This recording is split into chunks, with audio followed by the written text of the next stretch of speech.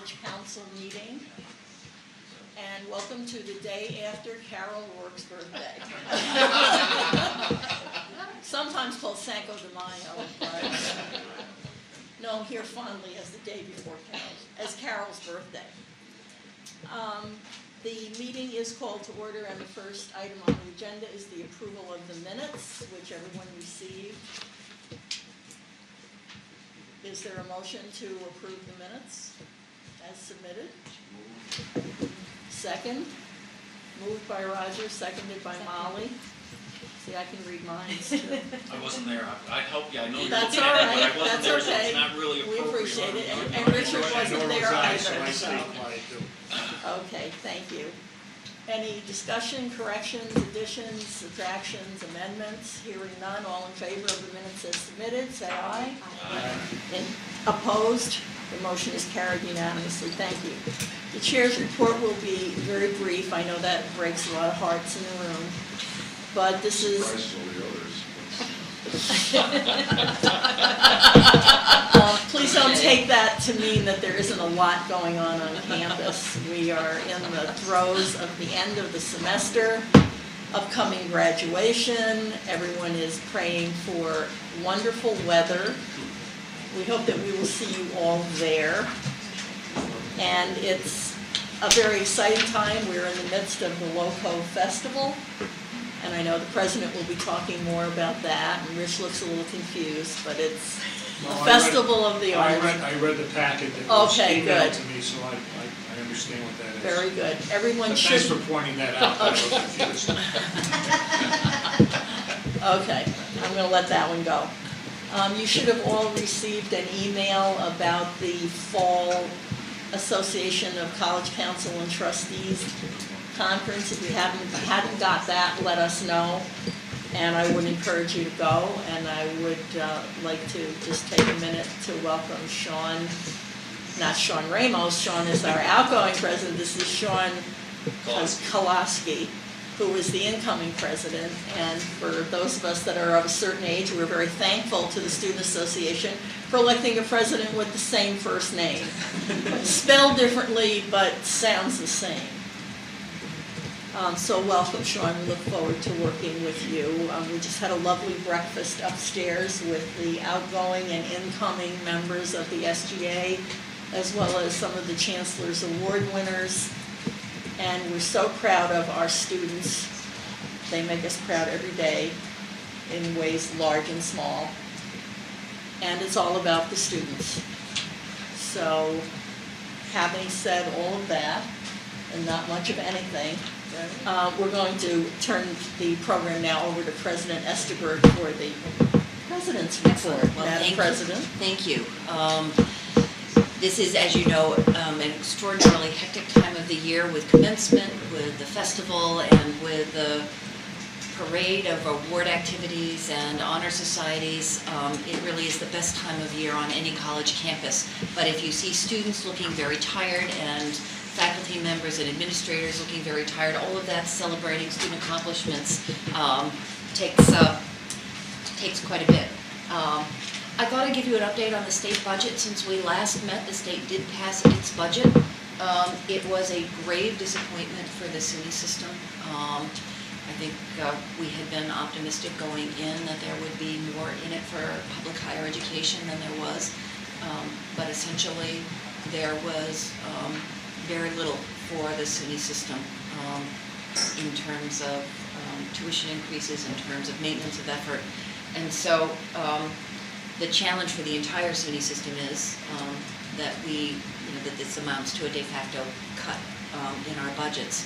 So that's the news from the state budget.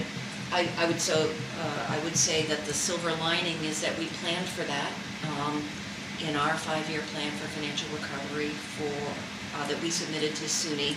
We planned for no increase in tuition and no increase in state support, and so we will find ways to continue to meet those needs, and we are continuing to work on the budget that we had presented to SUNY about a little more than a year ago.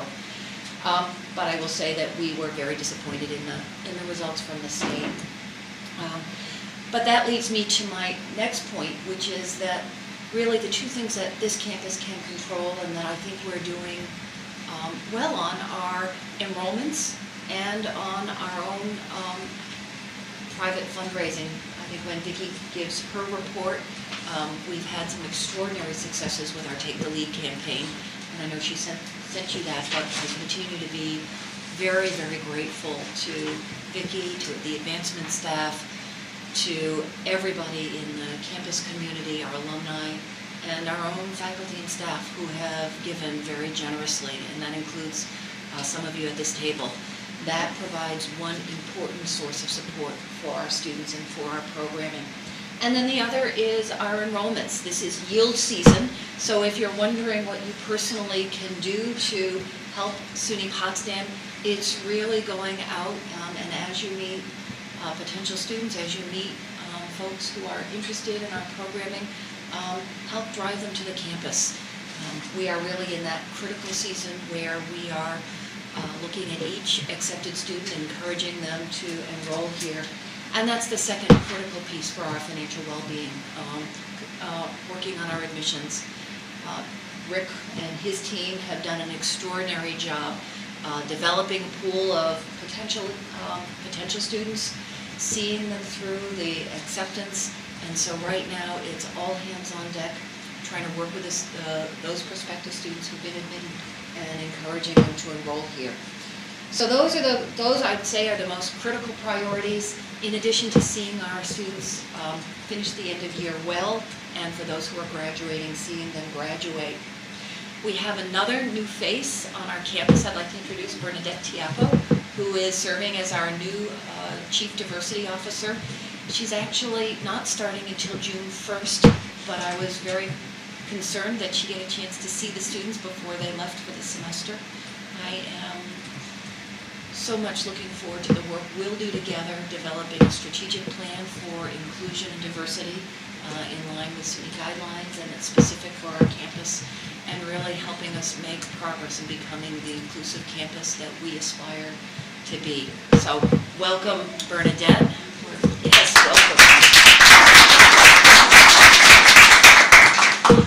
And with that, let me just encourage you, there are still events that you can that you can participate in as part of the Loco Festival. There's a play going on tonight. I saw it open last night, which is Wild, and it combines 60s music and science fiction and just wacky effects. So I do encourage you to attend that. Clearly, our Crane Chorus and Symphony Orchestra are performing in Carnegie Hall on Sunday, Mother's Day, and I plan to celebrate my Mother's Day with the students performing. I believe there are still tickets left if you want to come down there. And then there's just an extraordinary array still of workshops, performances, activities. So this is really the best time of year, I think, to be a college council member, because you can come to any of those events and really enjoy the extraordinary work of our students and faculty members. So with that, I will turn it back. Yes? We actually have a few tickets in our office that we held on to, so if anyone wants a ticket, let me know and I'll give them today. Excellent. Yes, before you leave, I heard the first presentation, and it takes your breath away how talented our students are and the extraordinary music that they create. So if anybody wants to take the train down, it'll be an amazing concert. So with that, I turn it back to you, Jim. Thank you, and welcome, Bernadette, to the first of what we hope will be many, many, many college council meetings. And I know that our new provost, Betty Bergeron, gives you a special welcome because she's now no longer the newest member. I'm a veteran now. That's right, long timer. And I neglected to mention during my report that in the midst of all this wonderful news, we shared some difficult news, and we want to express the sympathies of the College Council to our Vice President Gerhard Vogel on the loss of his wife. So we're keeping you and the family in our thoughts and prayers. Okay, now we turn to one of the highlights of the council meeting, which is, we love to have presentations by faculty. And today we have Drs. Medor and Miller, who are going to talk to us. If you haven't seen this book yet, we had a chance to look at it upstairs. We have some copies if you Oh, want to there we take a go. look at them while we're talking. Wonderful. There's actually 2 different books, Oh, Yep. okay. so They're from 2 different years. The first year we went, we didn't actually think to make a book. We had, Oh, and since then we've been making one every year. So I'm Dr. Cheryl Miller. This is Dr. Medor. The course that we're talking about here is Math 130 is Origins of Mathematics. People don't tend to think of mathematics in a travel course very frequently, which is what makes this very, very unique. And I think in a lot of ways it's that way because of Blair and I. I don't think it would have happened any other way, partly because of our good friendship. Blair has had many, many years with friends in Mexico, and I created this course, Origins of Mathematics, 15 years ago, because I have the interest in history of math. And so when staffing issues happen and there's not enough ways to teach this course, we don't get enough students to teach the course, we try to find other ways, and he tried to find ways to get his faculty in Mexico involved with the university there to somehow have connections. And when we realized that one way this could happen is by connecting this course to travel to Mexico, it seemed like it was just made in heaven. And it just was beautiful. So I'm going to tell you a little bit about the course. This is really one of the few that actually has any words on it. Don't think you have to read anything. It's a 3-credit course, just so you have a basic idea. It's a 3-credit course. It counts as a cross-cultural gen ed credit. So it's great for students, especially a lot of students in the sciences who are like, oh God, I have to take a cross-cultural course, oh my God. They get to do it in math, and they're really excited. And so they get to take this. The course is really introducing students to how math developed in all sorts of places around the world. And so we have different specific focuses. We talk about ancient Egypt, Mesopotamia, India, China, and usually when you think of history math, you talk about Greek mathematics. But since virtually every student, as they're growing up, has done Greek mathematics, they've done stuff with geometry, the perfect way to meld these was to take a little bit of that out and add in Mesoamerican mathematics, Mayan, Aztec, things like that. And so it just brings it together into one course very well. So this slide here is sort of giving you the entire course in one. So you get to see some Egyptian, sort of, there you go.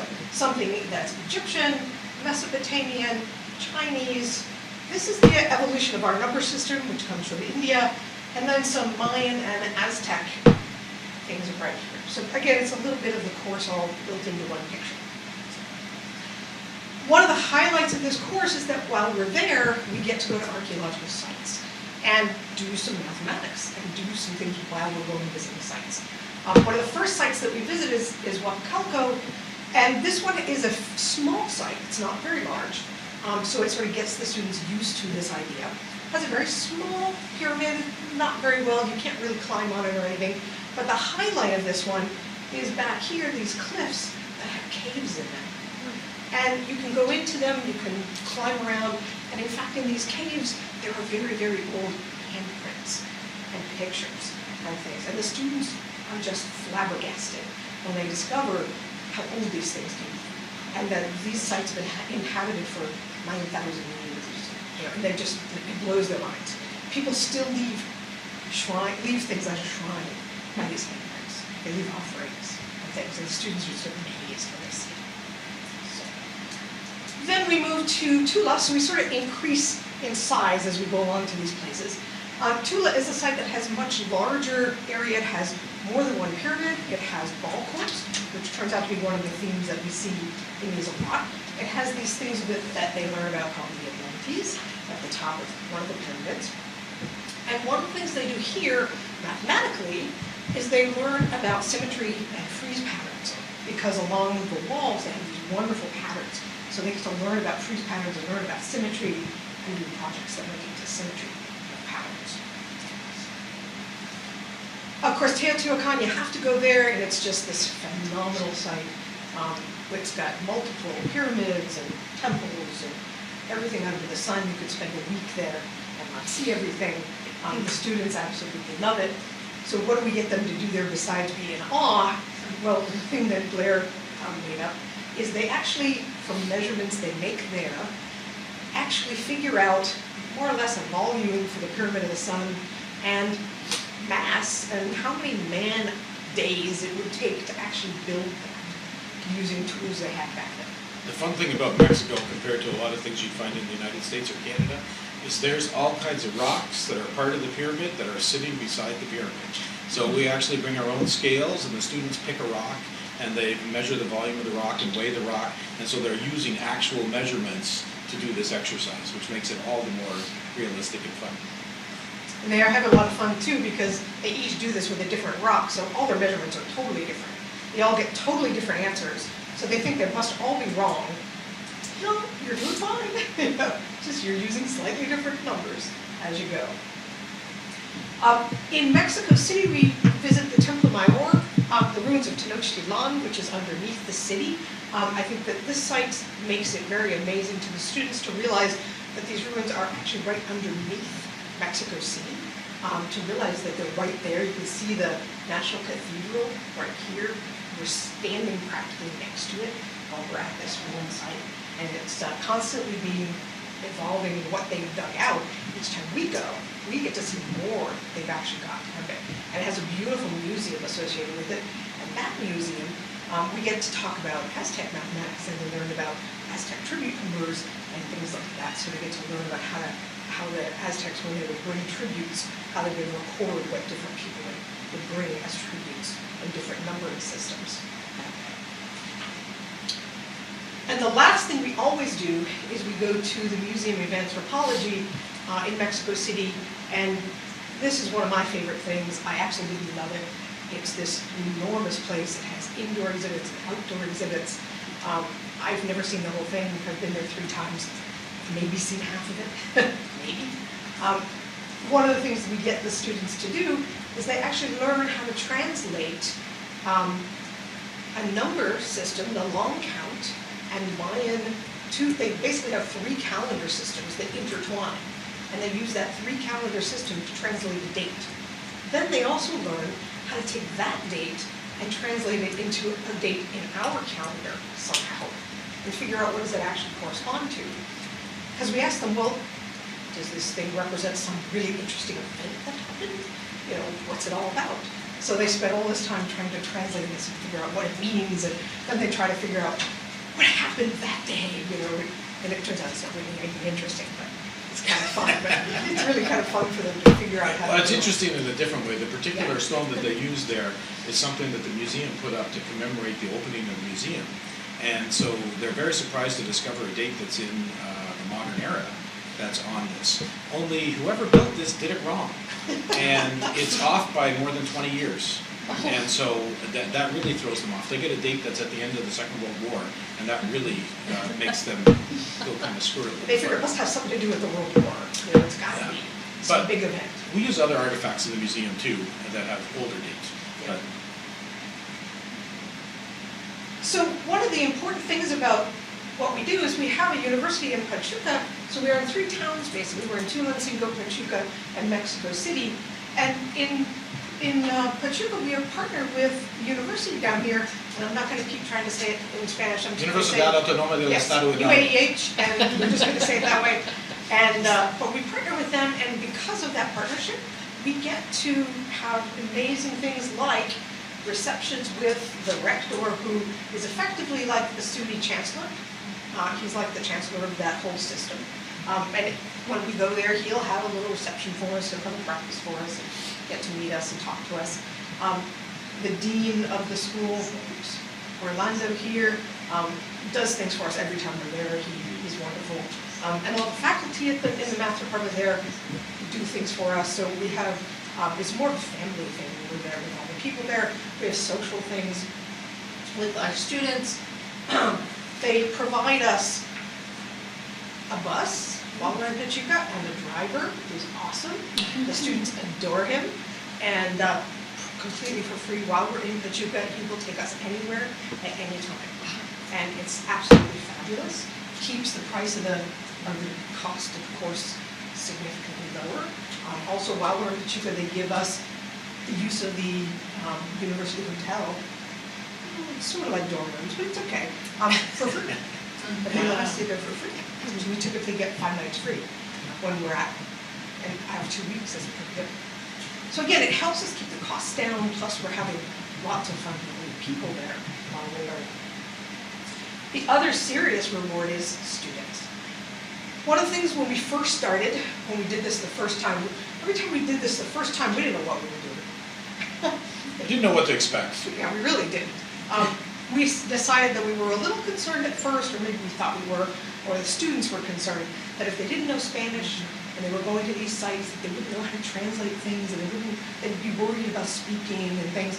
So we thought, well, if we could get some of the students from there and put them together with our students, then they wouldn't worry so much about translation, and they wouldn't worry so much about these things. Well, it turns out they don't care about the translation part, because most of the time people speak English. Not always great.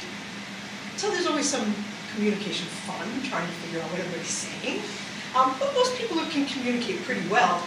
But the students that come with us turn out to be fast friends. They get to know them, they get to love them, they get on Facebook, stay with them. When we leave Pachuca, most of them end up in tears and want to stay friends. And we've had some come up here to do RUs. We've had some come here to study abroad. They just tend to love it. And so that's really one of the biggest things we've seen. Again, you see the whole group of them as we're getting ready to leave. We've got several of them in here with us because they couldn't help but be there that day when we were getting ready to leave. They had to come say goodbye. One of the other important things that we get is, again, we tell people all the time that we don't go there as tourists, we go there as friends.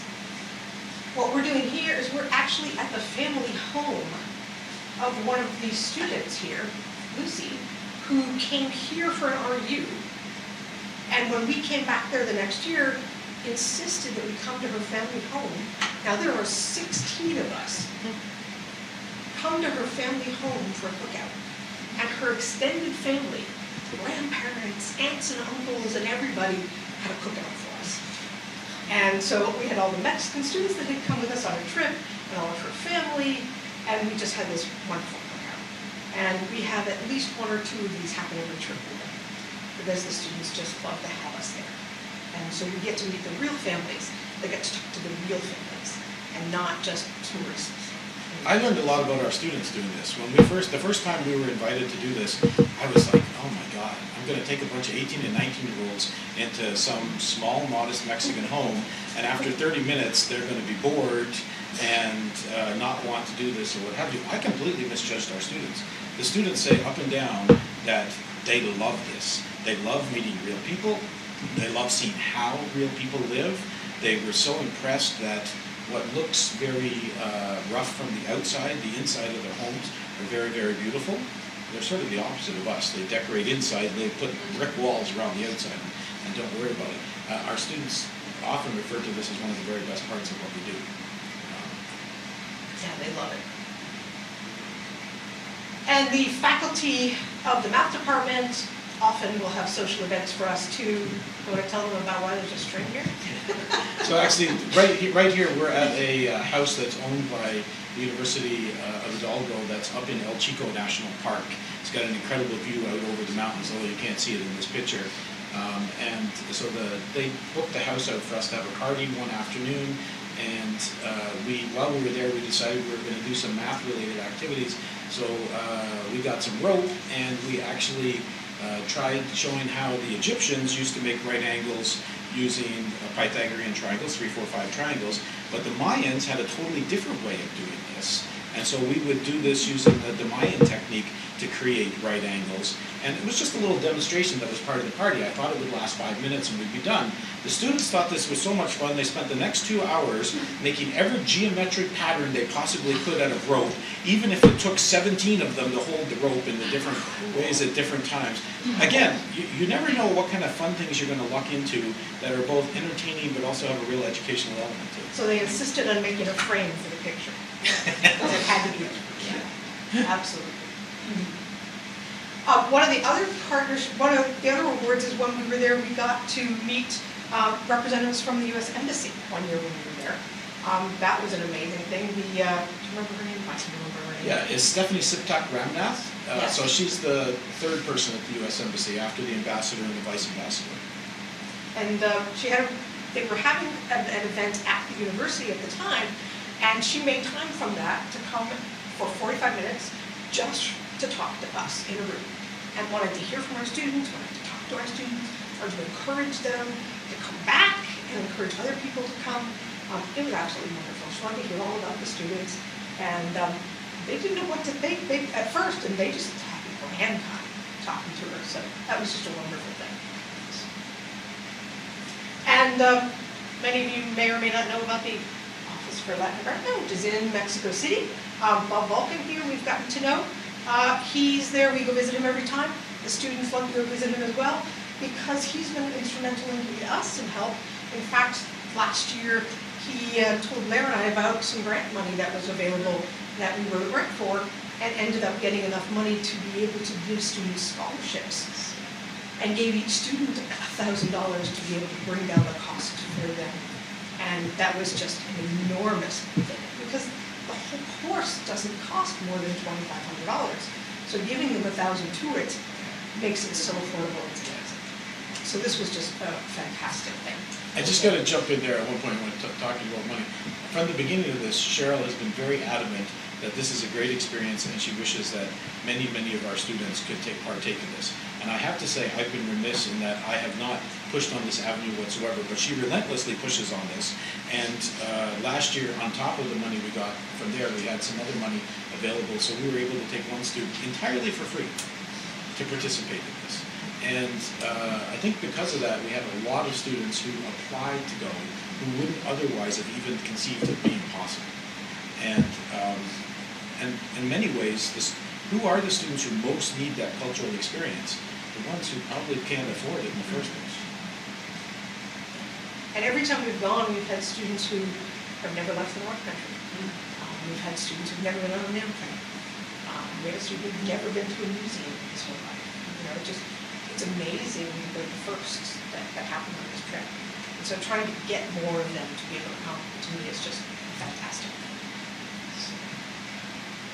We talk about basic benefits, the usual ones, but there are some that aren't necessarily the usual ones that we think about. Always you think about the opportunity to broaden your horizons, that's a usual one.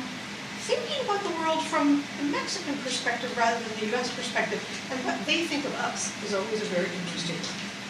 Because they think of us very differently than we think of them, and getting them to see that is really unique.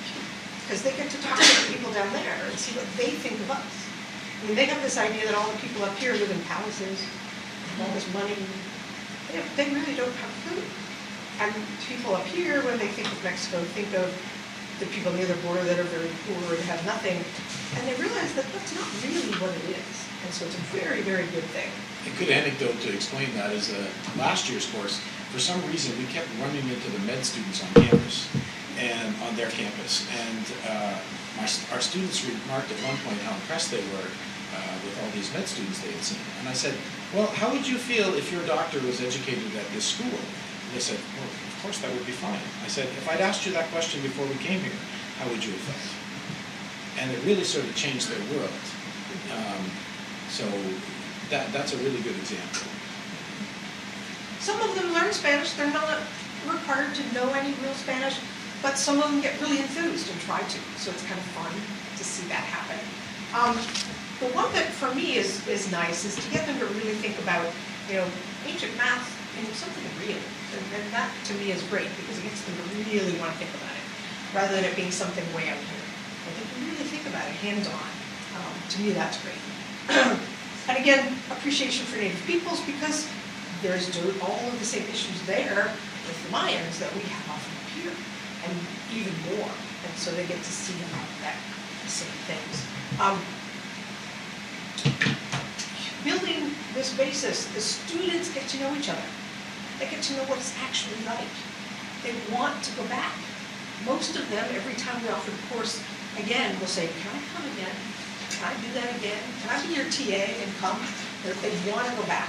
Often they want to try to get back whenever they can. So they're getting a good relationship with people there. A lot of people think of that about building friendships. Friendships are nice, but I really think that there's something else going on there.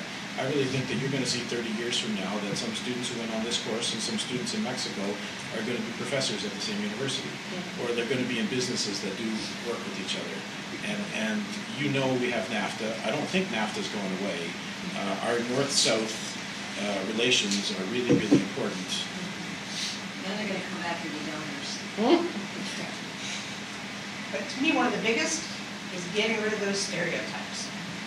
When the students go down there, we've had students who seriously have parents that don't want them to go because they're gonna get murdered if they go on this course. If you go to Mexico, you're gonna get murdered.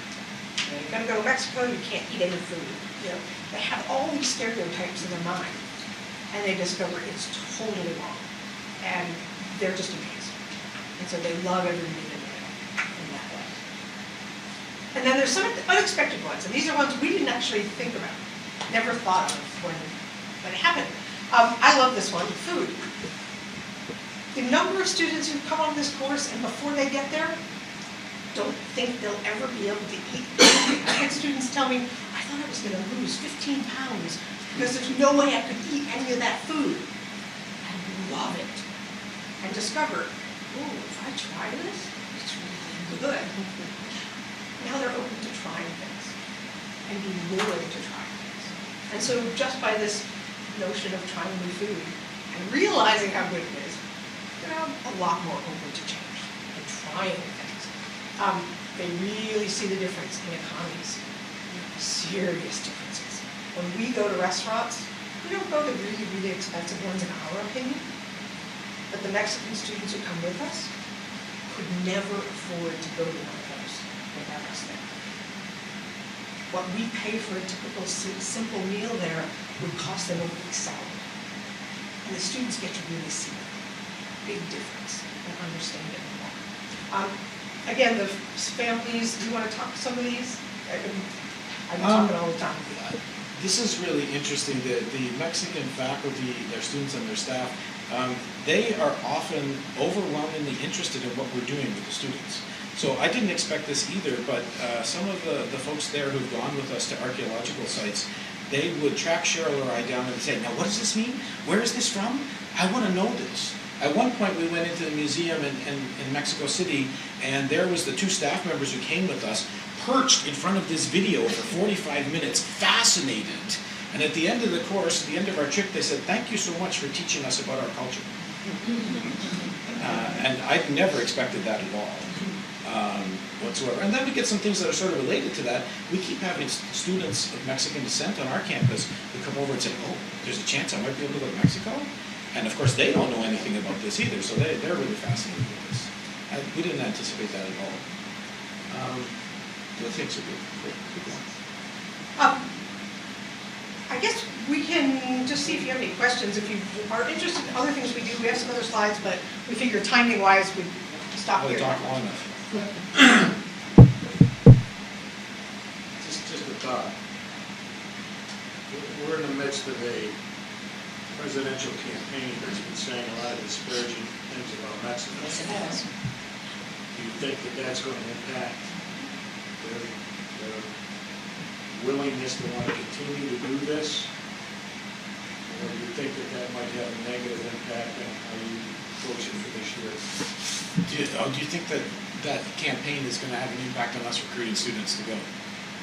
No. I'm talking about from Mexico Right. back to us. Oh, back to us.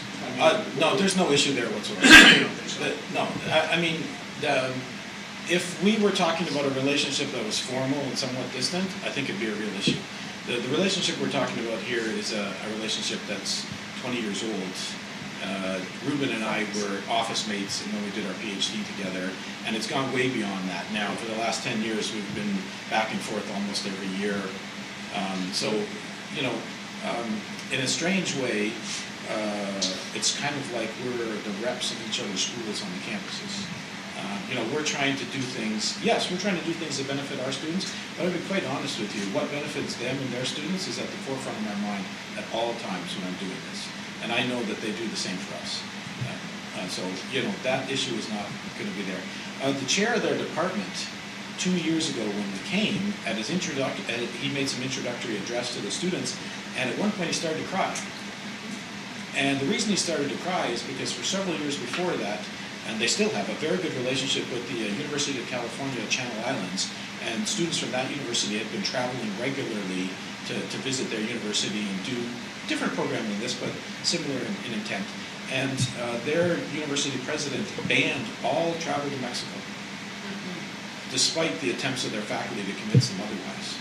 And so he was personally deeply upset about this. And so he took our presence there as a sign that the people of America are not what we might see in the media. They're not what we see, the ugly parts of what we see about people in America. So I have no worries about that whatsoever. On a formal level, this year our agreement between the two universities is officially up in June. So at this point, I'm counting on Steve and our international people and our president and to make those things come through and get a new agreement signed. But our relationship is so strong that even if they don't manage to sign a new agreement, there'll be things going forward. It's all very friends. It's friends and family, really. We do very little of it that's formal in many ways. Let me just add, because I've spent some time in Pachuca, where the university is located, and this is just an incredible city. It is well out of the area of concern with drugs and things like that. It's very calm and peaceful. It's easy to get to from Mexico City. And the people at the university could not be better friends to all of us. The one thing you might have to change, you might have to teach yourselves and your students how to scale a giant wall in order to get to Mexico. Yeah, well, that might happen. It's going to have a nice door. Yeah. Yeah, but we have no worries that we wouldn't be welcome at all. I just wanted to make a comment too about the fact that we always talk about how fabulous our students are, and they are fabulous. But without faculty like Cheryl and Blair, these opportunities wouldn't necessarily happen for our students. This is above and beyond creatively thinking about how to enrich the experiences of our students. And I'm going to speak a little bit later about the campaign. And they're always willing to meet with donors. They're always bringing back alumni to experience what's going on in the programs. And that's one of the major reasons we're successful in this campaign is because of faculty. So thank you. Let me just throw something in that having led a number of trips myself, I know that these kinds of trips, especially for our students, are life-changing and will stay with them forever. They'll remember other faculty, they'll remember their courses, but this is something that will stick with them forever and they will use forever. It's life-changing. Thanks for the opportunity to let us Thank you. speak with you.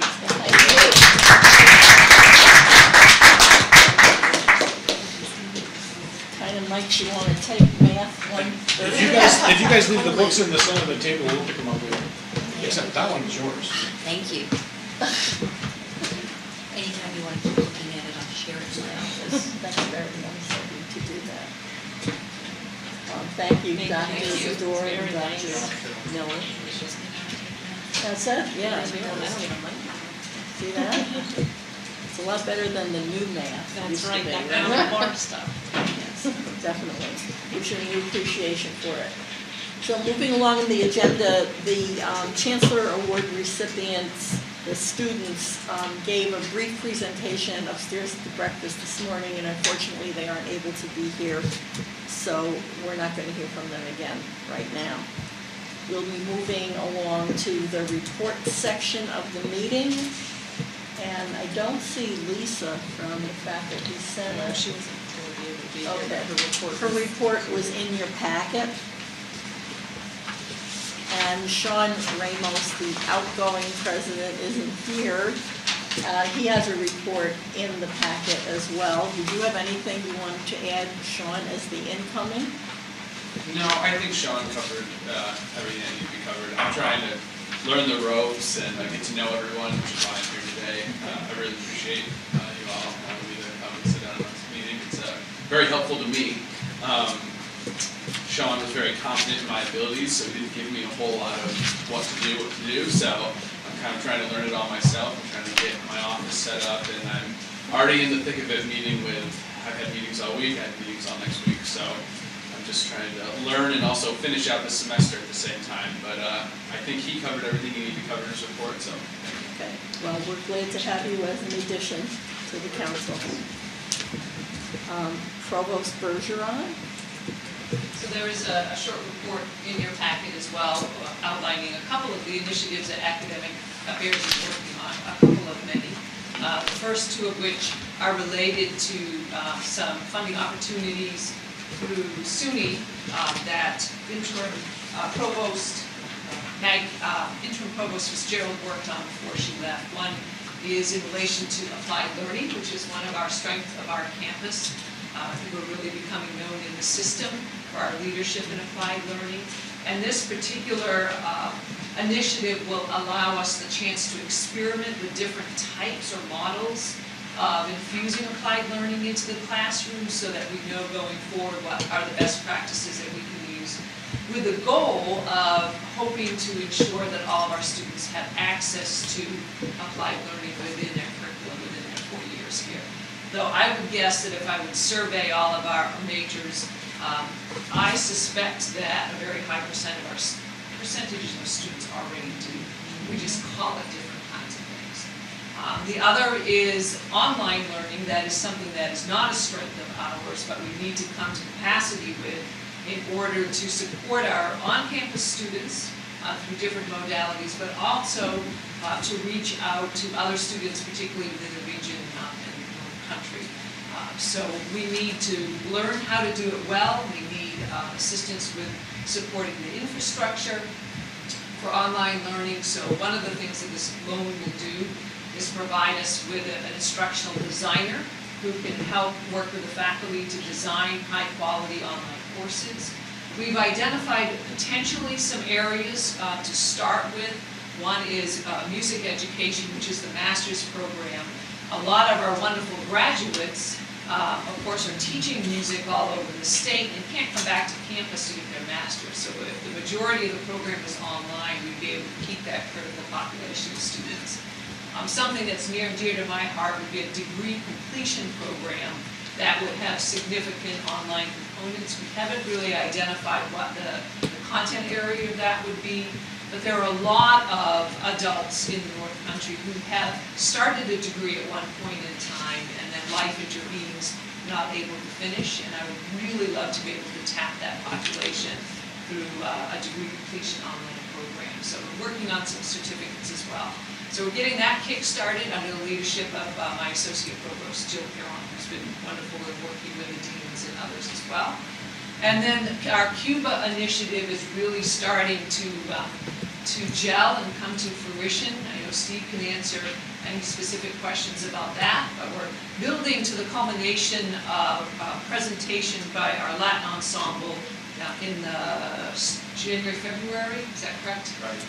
Time of the year, but building towards an MOU working with Cuba. I think our focus initially, besides faculty to faculty or students to student interactions and research and sharing, one of the other real advantages of this is becoming one of the initial leaders in working with Cuba now that it is becoming more open. And we'll be able, hopefully that will continue past the presidential election. But it allows us to really, again, be a leader within the SUNY system and developing relationships with this really, really critical and exciting country. So that in and of itself is exciting, but also financially thinking in terms of providing opportunities for study abroad. So the income from that, but also what an extraordinary experience for our students to have that chance. So those are three of some of the things that are kind of recently percolating. Be very happy to answer any questions or field any concerns that you might have dealing with academic affairs.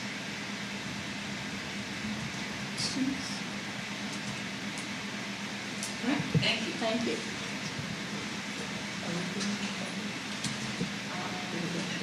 Business affairs? So, while I wasn't here physically, and my report's quite brief in there, we have been working behind the scenes to support all of the provost efforts in those programs and trying to manage the financial side of that. The other big project that Business Affairs has been working on is bringing transparency to the campus in everything that we do.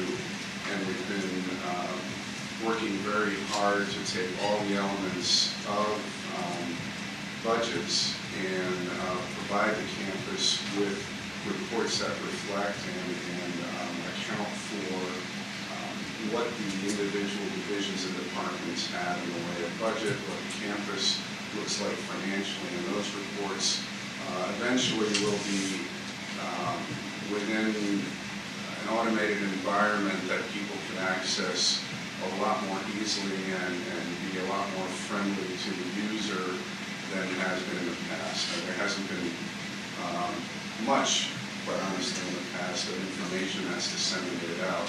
So we want to make sure that going forward, people will have access to that information. And collectively, my team downstairs has been trying to get that up and running. We have some reports already that are becoming available, and we're going to continue to build on what we already have. A lot of that has also been in collaboration with Albany, integrating those databases into our systems here has not been easy. And between Amanda, David, Kevin, Maggie, the whole team has been working on putting these things together. So again, while I haven't been here in person behind the scenes, kind of managing that process, and we're making quite a bit of progress with that. So, anything else you want to add to that? I was going to say, obviously we'll know from SUNY what the allocation looks like within the next weeks, and we're working really hard on our budget process. So we'll keep you posted as we learn more, but it's a work in progress, as it would be during this time of year. Thank you. Questions for Gerhard? I know last year, President and Gerhard did the dog and pony show in various places around campus to sort of bring everybody up to speed on what the budget really looked like and frankly what a pickle we were in, to get buy-in and to sort of lift the cloud off the mystery that is the budget or had been the budget. Have any grand plans to roll out the online availability of these reports?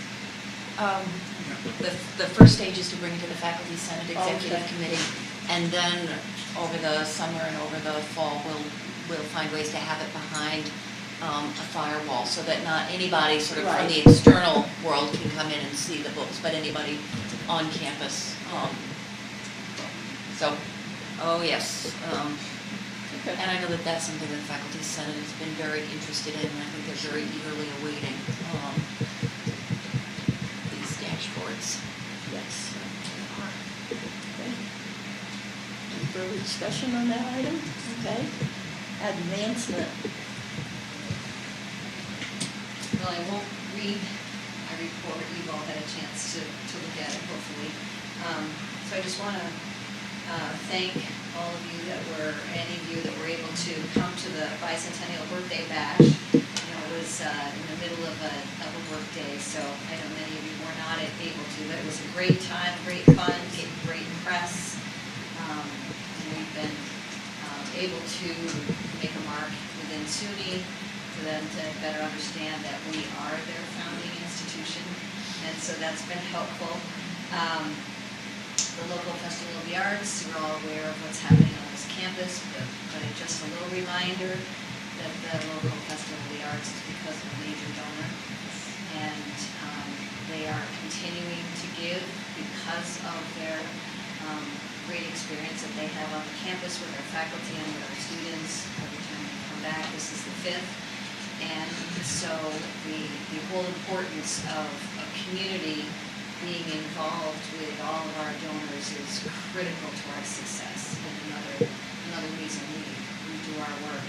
And the President has been very active in learning our work, has gone through some development workshops with me, and we're learning the different approach from a presidential perspective, from a faculty perspective, and you'll see in some of our major recent gifts, gifts from parents are starting to be more significant. They have been at the annual level for many, many years, but now parents are starting to recognize the value of their child's experience here. So that's a nice little flip in the world of our giving.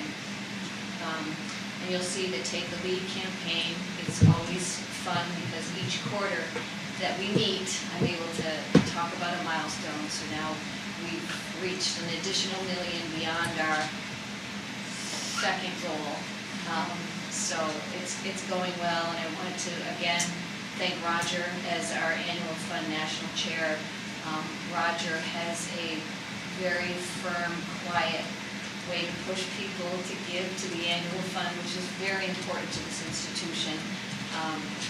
So those of you that haven't made an annual gift to the college, you've still time. June 30, we close our books, but the annual fund is a very important piece. Roger, if you want to emphasize its importance. Well, it's the fund, it's the measure of all dollars donated that are not for any specific purpose, thus enabling college administration to use those funds where they are most needed. As of last count, which was end of April, we were plus or minus about 33% above in annual fund giving where we were at that time a year ago. Also, has been a national trend of which we have been a part, where the total number of alumni gifts has diminished. And that has been a national trend both in public education and in private education, higher education. We have worked our this and that's off to try to reverse that trend. And as of the end of April, we had at minimum stemmed the tide, so to speak, reversed the trend, and we were actually a few donors ahead from where we were at that time last year. This is a constant battle. In my own mind, I figure we're probably going to lose plus or minus 10% of our donors every year. Through their demise, through whatever, they just drift away, which means we have to constantly be trying to attract new donors from the alumni. So that's the report from the annual fund. Congratulations to Krista Carroll, who is my chief staff person for annual fund giving, and for the staff and our consultants for some real Herculean efforts to reverse that trend. And again, up 33% from where we were a year ago. That's incredible. It does, as Roger said, it takes a lot to move that needle. It takes a lot to move that needle. And it is made up of not only alumni, but faculty and staff and friends. And we had a very active, once again, faculty staff campaign this year. And lots of people get involved on campus, and it becomes a competition. And it's a lot of fun. So again, that's another area. And as you'll see in the recent major gifts and commitments area, there's a gift to mathematics, and that's not just per chance. Mathematics, the math department is very active in creating awareness of their need and for their strengths. So that's wonderful. And economic fusion is another area another area of development on this campus. We are getting more involved in our region, our regional businesses, our alumni businesses, creating a spirit of entrepreneurship on this campus. I talked to you a little bit about that before. We were able to bring a major music business executive from California to our campus to talk about his years of being a CEO, former CEO of Guitar Center and Fender, two of the largest music business companies in the world. And so he was blown away by our students and our music business program, and is once again supporting all of our interns going to California in January, very similar to what you heard earlier about applied learning trips. So the more we share these stories, the more likely we will have people giving and supporting our students on those trips. Very important, as you've heard, as far as life-changing experiences. And from a Potsdam parent perspective, the line between these experiences and jobs it's not dotted at all. It's solid. So when you go to the music business show in California in January as an intern, you are picked up as a future employee. And that is, as I said, it's not a dotted line, it's a solid line. So these experiences are life-changing, but they are enriching to the point where they're really leading to jobs as well, which as parents, we all want to know that there's a successful line there. And then as our voluntary supportive education, that's our benchmark in the country, and we're one of the smallest schools in the system, and we always manage to be at least in the top 5. This year we're in the top 3 of our peers in categories of giving, which is wonderful. And we're ranked 19 in the nation for alumni participation in the public masters, private and public. So that means our alums are giving at a very high rate, many of them. Because it's the number that give, and that's important. And again, reunion weekend is July. You're all welcome to attend. At least go online and see what's being offered. That is something of interest. And then we have a wonderful event in August with Renee Fleming at the Saratoga Performing Arts Center. Any of you that would like to attend, please go online and you can reserve your tickets for that. And then we were the ones that Jason Lattiser from my office, he's the director of Planned Giving and Major Gifts, organized within the system a Planned Giving webinar, which was attended by hundreds of people throughout the state and actually throughout the country. So again, Potsdam is leading many of these initiatives, and they're being picked up by others. But if you go back to who started them and when and where, Potsdam has fingerprints all over a lot of these things. So thank you for your attention. Is there any questions anybody has about anything? I appreciate your reading the material before, so. We always appreciate all the work that the advancement team and everyone else who helps, because we all know not only enrollment, but advancement is everybody's business. It is, and I know Carol was a big part of the bicentennial bash success, so thank you. It was a wonderful event, Yeah, that was. and I believe there were over 600 people that were counted Yeah, coming in. It was, And a lot of SUNY schools were represented, a lot of SUNY yeah, the mascots. mascots, that Yes. was fun. Yes. Clarkson brought their mascot and their president. Right. So that was nicely And we attended. got some very nice press and some very nice social media, which again, when we're thinking about Right. recruiting that next class of students and improving our reputation and our standing and making ourselves attractive, this was incredibly helpful. And fun. It Oh, was yes. great cake. The cake was amazing. And once again, there was no picture of Tony Collins and the Golden Knight together. Because some people think they are in fact one and the same. Thank you, Vicki. Enrollment management and student affairs. Thank you. I want to extend a welcome to Sean for being here with us, and thank you in advance for your service, council. We look forward to your administration working with you as well as the council. So, everybody has the report that I sent out, and I think I put out there about 6 different bullets. You can see from the report that we're seeing about a 10% increase in application flow. And right now, we're still holding that 9.3% increase on application flow. When, as of this morning, we're up 7% in our acceptance rate. On Wednesday of this week, we were within 10 of last year's deposit target, which is a very good sign.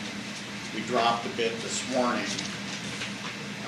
Now, right as of this morning, we're running about it's 56 behind where we were a year ago on the same day. So we've got lots of fluctuation going on. The goal this year is 840.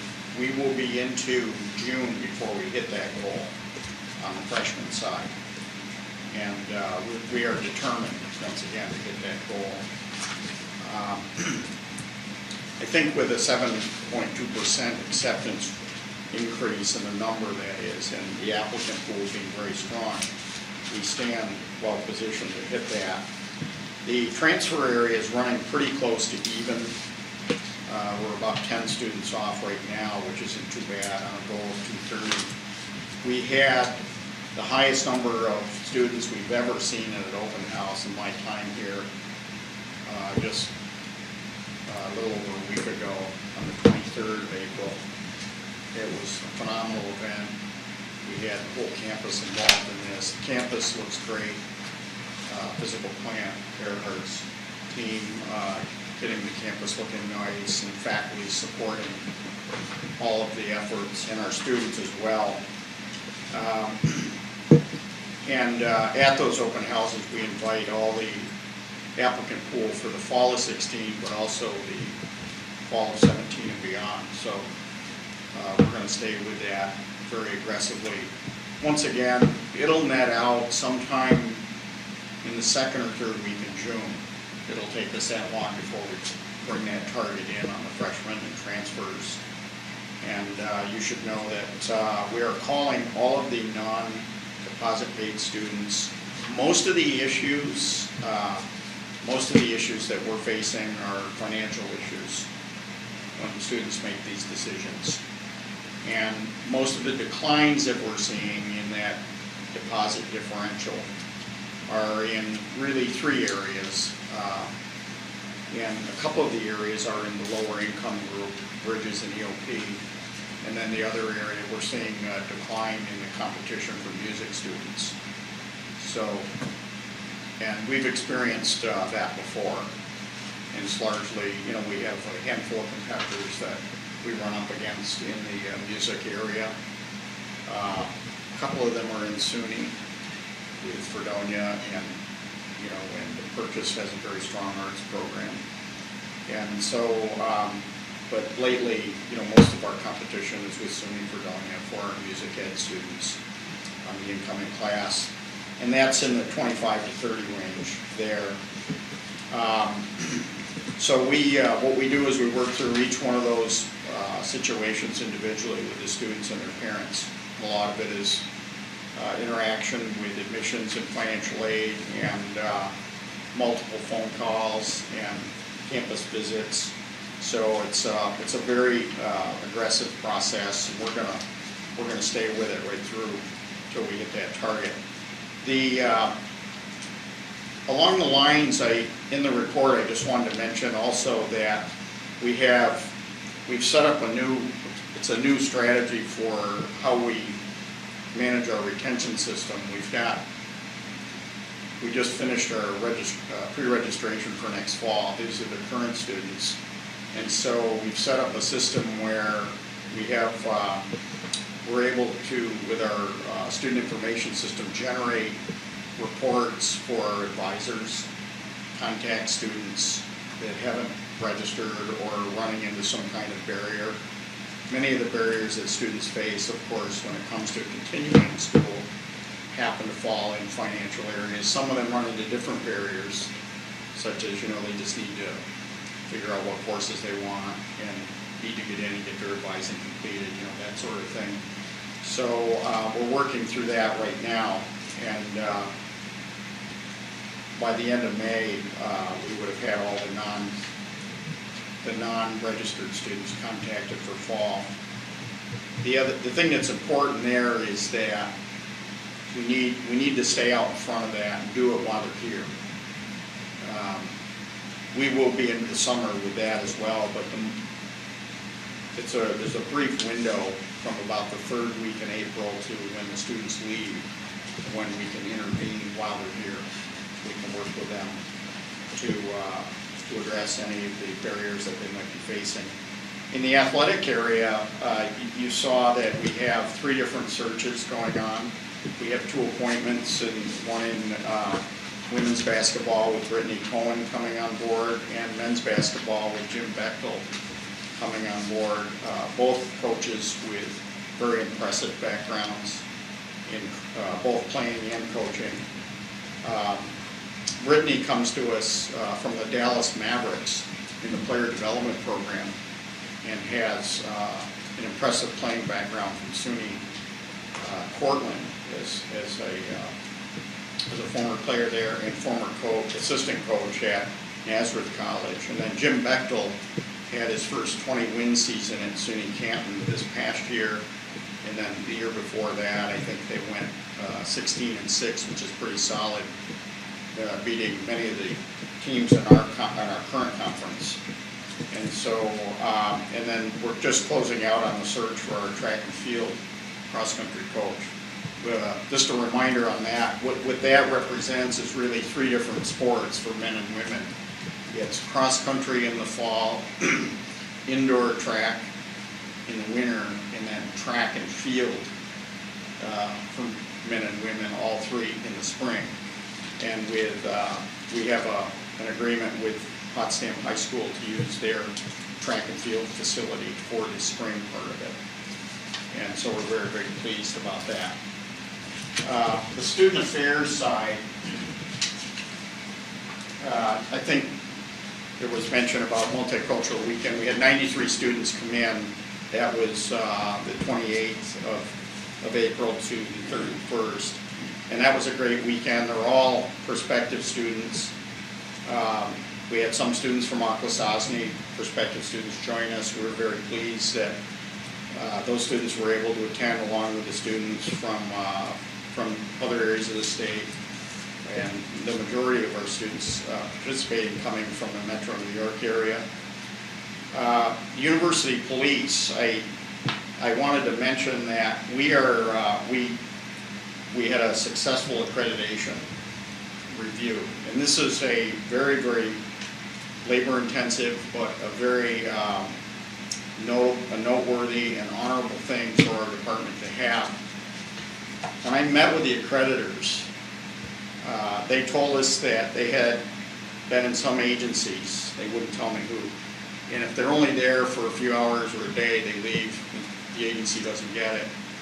They were with us for 2.5, almost 3 days, did a full review. This is an accreditation team that does accreditation throughout the state. In total, they look at about 600 agencies, only about 200 get it. And we were able to have a successful review. We're waiting for our formal letter from the agency and from SUNY, and then we'll be heading to Albany for that award. And our acting chief, Tim Ashley, deserves a great deal of credit for his efforts, because I think he handled a lot of this on his own. And without John Kaplan here, helped him get it started, but I think Tim did a nice job finishing it, so I wanted to make sure that I gave him kudos for that. We also did a safety walk last night. We do periodic safety walks around campus. We have we invite students to join us for that. And then we also have folks from physical plant, University Police. I join them. And we do like an audit of the campus. We look at all the lights. We look at potential problems with student safety, that sort of thing. And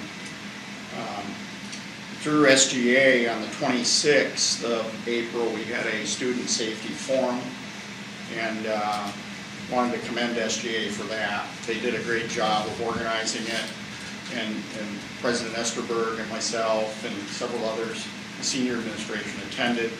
We were able to come out of that event with a nice list of things that we needed to respond to. Some of the things were, doors not working properly, and we needed to investigate, the locking mechanism. Some of the things, regarding, the number of security cameras. Some students are happy that we have the number that we do. Others were like, wow, do we need that many? And it becomes a balance between security and privacy, and that sort of thing. But I think by and large it was a great dialogue, and we were able to come out with a nice list of things, and many of the things within a day or two of that we had noted, we responded to. And so, Sean, we can certainly keep you updated regarding our progress there. And we appreciate that. We look forward to further dialogue. And then lastly, we have a transportation project that we're working on. I know it was mentioned briefly when we had breakfast, but we're working on improving our transportation infrastructure here on campus. You might know that many of the students who come to us without automobiles. Many of the students are coming to us without driver's licenses. Some have licenses, some don't, but we have a need for some local service delivery. Right now, we have a system that runs primarily on the weekends, and we've had some difficulty sustaining it simply because we have trouble getting drivers and vehicles and that sort of thing. So what we are working on is a daily system that will do a route here in the local Potsdam area to some of the local businesses. And we have student input. The students, with the help of Ruth Policella, the SGA launched a survey. And I think that survey closes out today, if I'm not correct. Yeah, that's it. If I am correct, it would be today. So I looked at the results a couple days ago, and we had almost 500, I think, responses, which I thought was pretty good. And we're getting a lot of good feedback. The feedback is about how do we, what do the students want for service delivery? Where do they want to go? What times are they looking for? What are the needs? So it's like a needs assessment. And we're going to collect that information, and then we're investigating all the options as far as how do we want to structure the program? Do we want to go with a 14-passenger, and we'll set up a schedule and run it that way, or do we want to do two 12-passenger vans and kind of stagger them? So we're kind of into that level of detail, and we want to have it ready for this fall when the students come back. So lots of other stuff going on. I know in the interest of time, I'll probably stop the report there, but I'm happy to respond to any questions that you might have. One's a comment, Rick, and the other's a question. But the comment is, on the subject of bus transportation, I have some really good anecdotes about what we used to call the drunk bus. That came up in the survey too. Sure. as a need. It wasn't, it didn't stand out in the highlights, but we do have some requests there, yeah. Secondly, Officer Ashley is still in an active capacity. Yes. What is the status of the search? What's the plan? Well, at this point, he's been in acting capacity for a little over a year, and so given all the constraints that we've had in the recent past, we haven't really acted on making a change in the titling of that. He has been serving in that. Kristen and I have been, we have that on our certainly on our list of things to act on in the near future. Yeah. Frictional savings? What, pardon me? Taking advantage of frictional savings? Yes, that's right. But on the other hand, we realize that we do need to respond to that. Part of that is we were dealing with, this is sort of linked to the former shared services arrangement that we had. If you remember, Yes. with John. So he was kind of in that deputy role. And then when John left, we were able to, so he's more or less assumed that piece of it that we're working on. Rick, the numbers you're seeing there in this graph in your report, I assume that the reflections of 2015 and 14 are as the same year to date? Yes, that's correct. Yeah, all the reports that I put out year ago to date. Thank you. And when I do an update, I try to make them that same day. So the other ones that I cited verbally would be as of 8 a.m. this morning. Could you be a little more current next time? Well, I'll try to, actually, it doesn't run till midnight tonight or Saturday, so Kristen always beats me to it. So the next morning, I have to look at it before she reads Well, we it. know you're on top. The one the night before. I learned that I We could don't get really there have at much 10 use o'clock for a the night 3 hour before. old information. As long as we're not buying and selling stocks, right? There you go. Where you have to, get the trade in by the end of the day. Thank you. Does anybody have any other questions or comments for Rick? Thank you. Thank you. Okay, next on the agenda is the naming resolutions. And the resolutions are the last 2 pages of the report that you received in the mail. If you can put any questions, Sherry, you want me to, for Sherry? Right. Yeah, one is for the The greenhouse? greenhouse, the Weiser, the Wagner Institute for Sustainability and Ecological Research, which if you drive through the campus on Barrington Drive, you'll see a nice brand new greenhouse that was provided by a donor. And the second is for a major gift from our board chair for the green room in the Performing Arts Center. Okay, are there any questions on either of the resolutions? I know, June, they're both dated the 13th. It's a wire in And there, sorry. today is not the 13th. So, that will have to change. I think that's when they're going to be presented, so that's probably the date they put on, and we'll change it. That's the official date that the donors are here and Right.